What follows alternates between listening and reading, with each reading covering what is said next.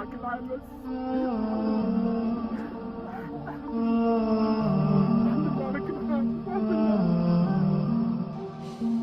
كسر ظهره والله، كسر ظهره والله، كسر ظهره. تلاقي الحاجة هيك خيس.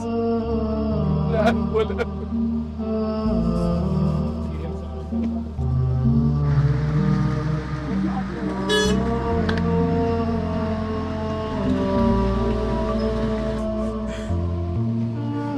كمان لسه ما طلع من تحت الانقاض.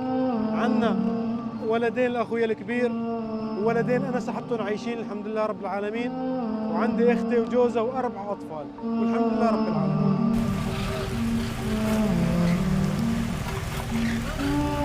عائلتي اولادي واولادها يعني اسري بعدهم تحت الانقاض، ما في حدا يساعدهم، ما في الات، ما في ولا شيء امكانات ولا شيء. اولاد عم نسمع اصوات اللي بعدهم احياء بس ما في شيء يطلعوا، ما في حدا يطلعوا، ما في الات. ناشد كل الدول، ناشد الانسانيه يجوا يساعدونا يا اخي، مصيبه وقعت علينا.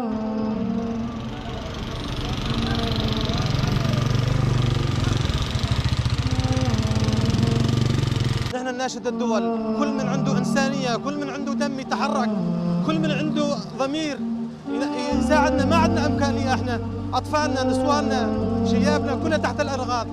نحن كارثة، كل طوابق نازلة فوق الأرض، شهر وثلاث شهور ما طالعنا الميتين. نحن كارثة وما في عندنا إمكانيات شيء.